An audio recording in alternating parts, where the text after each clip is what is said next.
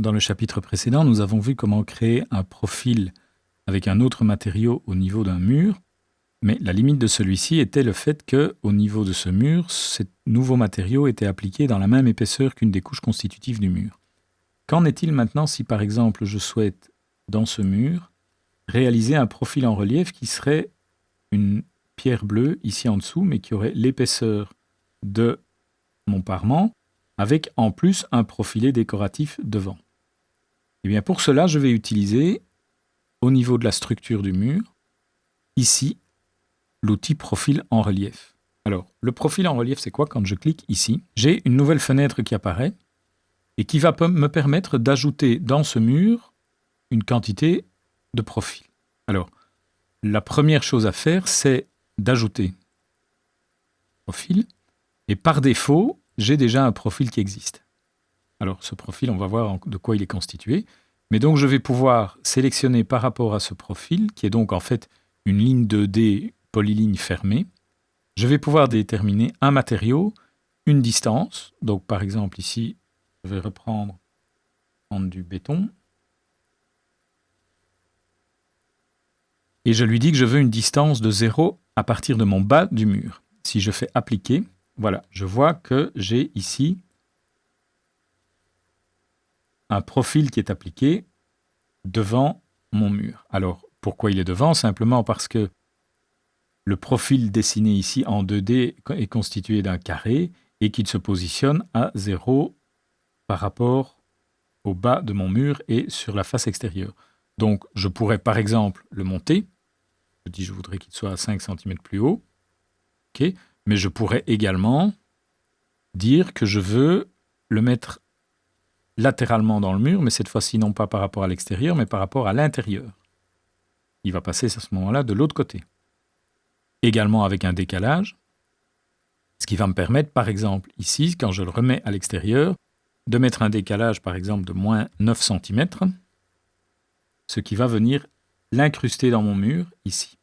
Et donc, je vais avoir maintenant un élément qui va couper mon parement sur cette hauteur-là, mais qui, du fait que le profil dépasse, va créer une extrusion le long de mon mur et va faire en sorte que je vais avoir une plainte qui va être visible dans tout mon mur. Voilà, et je me retrouve donc avec ceci. Et j'ai une plainte complète sur, de nouveau, tous les murs qui utilisent ce type. Et donc cet élément apparaîtra en coupe, en plan, en élévation, en 3D, partout. Il est ici. Là, j'ai utilisé un profil par défaut qui est un simple carré. Maintenant, qu'en est-il si je veux réaliser un profil décoratif? Là, il y a une chose à bien comprendre, c'est que quand je travaille sur les murs, on a vu que je prenais un mur et que je venais dans le projet, en restant dans le projet, j'éditais le type. Donc en fait, la famille qui est ici, c'est une famille de murs qu'on appelle une famille système, c'est-à-dire qu'elle est gérée en interne dans le projet. Il en sera de même quand je vais par exemple créer des sols, ici, et que je vais aller dans le type, c'est également une famille système. Donc ce ne sont pas des familles que je gère en externe par rapport au projet, mais je les gère en interne. Maintenant, les profils, eux, vont faire appel à des familles externes. Alors, quel est le principe? En fait, quand je vais venir ici sur le bouton principal de Revit ici et que je vais demander « Nouveau », vous voyez que je peux soit démarrer un nouveau projet, soit je peux démarrer une nouvelle famille. Alors, on verra ça bien évidemment très en détail par la suite. Mais donc, pour le principe ici, si je prends « Nouveau » et « Famille », je me retrouve ici au niveau de l'arborescence, à un endroit où je vais récupérer toute une série de gabarits de familles qui vont me permettre de réaliser des familles externes que je vais ensuite charger dans mon projet. Donc, par exemple, si je prends un fichier gabarit pour une famille d'une fenêtre métrique, eh bien, je me retrouve dans un nouvel environnement. Alors, vous voyez, je n'ai plus ici de murs, etc. J'ai des extrusions, des raccordements, j'ai des formes 3D simples, mais j'ai déjà un mur avec un trou qui va me permettre de modéliser une fenêtre ici. Ça, c'est un exemple. Si je demande, par exemple, de faire une nouvelle famille et de faire un luminaire local métrique qui sera appliqué contre un mur, eh bien, il m'ouvre une famille dans laquelle j'ai déjà un mur, j'ai un côté de la mise en place qui est mis en évidence, et j'ai déjà une ampoule, j'ai déjà une lampe ici, au niveau de mon mur. Donc si je regarde ça en 3D, voilà, j'ai une lampe ici qui éclaire vers le bas, et je n'aurai donc plus qu'à modéliser ici un luminaire, charger cela dans le projet, et j'aurai à ce moment-là un luminaire à ma disposition dans mon projet. Donc ça, c'est une famille externe que l'on modélise dans un autre environnement et qu'on charge ensuite dans le projet. Et bien pour le profil, c'est exactement la même chose. Donc je vais venir sur Nouveau, Famille, et j'ai à ma disposition un gabarit qui s'appelle Profil métrique. Et donc je vais ouvrir ce gabarit, qui lui évidemment est tout à fait simple. J'ai juste 2 plans de référence, et j'ai des outils qui vont me permettre de réaliser des lignes. C'est tout. Puisque le profil, c'est par définition une simple polyligne continue fermée, eh bien je n'ai pas d'autres outils à ma disposition. Donc l'environnement de travail ici va être modifié sur base du type de famille que je vais créer. Donc ce n'est pas une famille 3D, je n'ai donc à ma disposition que des lignes, et vous voyez qu'ici en dessous, je n'ai effectivement pas de coupe, pas d'élévation, rien du tout. Je n'ai qu'une vue en plan dans laquelle je vais dessiner mon profil. Alors attention par rapport à l'environnement de projet où par défaut on va toujours se mettre en centimètres, tous les gabarits de famille qui sont présents dans Revit sont en unités millimètres. Alors il faudrait ouvrir tous les gabarits et modifier les unités pour passer en centimètres, donc moi j'ai pris le réflexe de savoir que simplement quand je travaille dans une famille, si c'est juste pour dessiner un profil, je ne vais pas m'amuser à changer les unités, je vais travailler en millimètres. Et donc je vais créer ici, directement, donc si je veux 20 cm, 9 cm, donc là je suis dans l'épaisseur de mon parement, 9 cm, et puis je vais dessiner un profil, quel qu'il soit, avec tous les outils que j'ai à ma disposition ici, qui sont les outils 2D classiques. Je vais dessiner mon profil. Voilà, par exemple. Alors ici, je vais avoir évidemment un petit souci, puisque ceci constitue 9 cm d'épaisseur.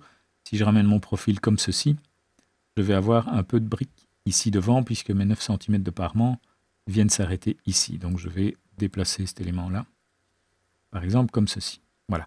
Donc je réalise un profil, et donc le point d'insertion de mon profil, quand je dirais dans le mur qu'il est situé à 0 par rapport au bas, c'est ce point-là. Quand j'ai terminé mon profil, je vais le sauver, parce qu'en fait, pour l'instant, cette famille s'appelle famille 3, donc ça n'est pas très intuitif au niveau de mon projet quand je vais devoir désélectionner le profil, donc j'ai intérêt à lui donner un nom plus explicite.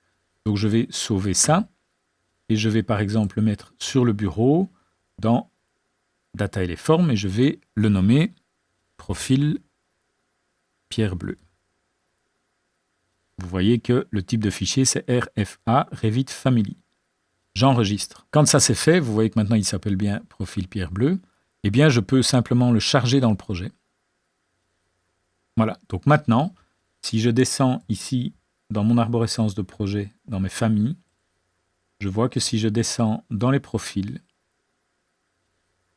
j'ai à ma disposition un profil pierre bleue.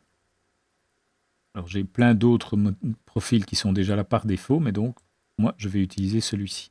Et donc il suffit à ce moment-là de venir dans le mur, et donc je resélectionne mon type, je retourne dans les profils en relief, et je vais simplement ici, puisque le profil est déjà positionné, je vais simplement changer mon profil et sélectionner profil pierre bleue. De manière assez systématique, il se met à l'envers, donc je vais le mettre en décalage 0. Je préfère toujours, pour avoir le minimum de réglage, laisser le profil tel qu'il est là. Donc je vois en fait qu'il suffit de l'inverser sur base d'un axe de symétrie ici. Donc je valide mon profil comme ceci. Voilà, en 3D dans mon projet. Je vais aller maintenant dans ma famille. Donc en fait, j'ai ouvert une famille, je l'ai sauvée et je l'ai chargée dans le projet, donc elle est toujours ouverte. Alors, c'est peut-être le moment d'expliquer ces deux boutons-ci. En fait, celui-ci va me donner la liste de toutes les fenêtres qui sont ouvertes actuellement dans Revit. Comme j'ai travaillé beaucoup dans le projet, j'ai plusieurs vues du projet qui sont ouvertes et j'ai mon profil qui est ouvert ici également. Alors, il faut savoir que quand on travaille sur des gros dossiers, des gros projets qui ont une ampleur importante à l'écran, le fait d'avoir beaucoup de vues ouvertes va commencer à pénaliser les performances de la machine. Donc, vous avez intérêt de temps en temps à venir ici sur ce bouton-là. Donc s'il n'a pas été mis dans cette barre d'accès rapide, le bouton se trouve dans le ruban Vue, ici. Et le fait de fermer les fenêtres cachées va faire en sorte que je ne garde plus qu'une fenêtre active par fichier ouvert. Voilà. Donc ici maintenant, si je veux retourner ce profil, qu'est-ce que je vais faire? Je vais venir dans ma famille de profils, je vais sélectionner toutes les lignes et je vais simplement en faire une symétrie. Alors toutes les commandes d'édition, on les verra plus tard, mais donc la symétrie avec choix de l'axe, c'est ici. Donc je peux choisir l'axe puisque l'axe est constitué de ce plan de référence-ci. Donc je vais demander une symétrie sans copie, puisque ça doit être un déplacement de cet élément-là. Voilà, donc il me retourne le profil, je le ressauve et je le recharge dans le projet. À partir du moment où je le charge dans le projet et qu'il existe déjà au niveau du projet, il va me demander s'il doit remplacer la version existante ou pas. Je mets oui, et voilà. Et donc, mon profil s'est retourné. Donc maintenant, je vois simplement que j'ai un décalage ici que je dois réencoder. Donc je vais, en sélectionnant le mur, retourner dans son type. Et au niveau de la coupe ici, je vais demander la gestion des profils en relief. Et je vais remettre un décalage de -9 pour incruster ce profil dans mon mur. Je fais OK, je fais OK, et je fais encore une fois OK. Et j'ai mon profil qui est réalisé.